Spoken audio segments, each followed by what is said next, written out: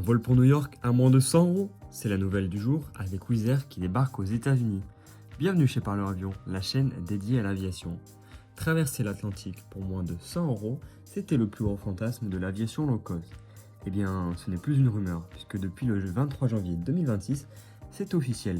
Wizz Air UK a déposé son dossier auprès du département des transports américains pour lancer ses vols vers les États-Unis. Mais la question que tout le monde se pose, peut-on vraiment survivre à 8 heures de vol dans un avion monocouloir sans siège inclinable? On analyse le dossier, la tech derrière l'A321 XLR et la stratégie de la compagnie. Regardons d'abord les faits. Dans les dossiers, Wizz Air demande d'abord une autorisation pour des vols charter, des vols à la demande. Pourquoi? Parce que c'est plus rapide à obtenir et que la Coupe du Monde 2026 arrive à grands pas.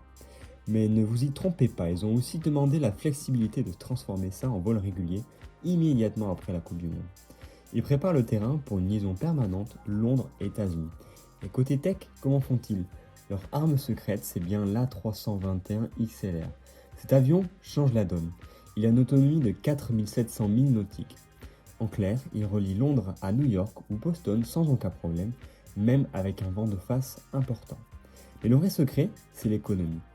Là où British Airways ou Delta utilisent d'énormes gros porteurs très chers à exploiter, l'XLR consomme 30% de carburant en moins par siège.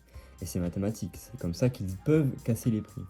Alors, est-ce qu'on va souffrir? Soyons honnêtes. Traverser l'océan avec Wizz Air, ce n'est pas la classe à faire. On parle de 7 à 8 heures dans un siège ultra fin, sans écran individuel et sans repas offert. Apportez votre propre tablette et payez votre sandwich.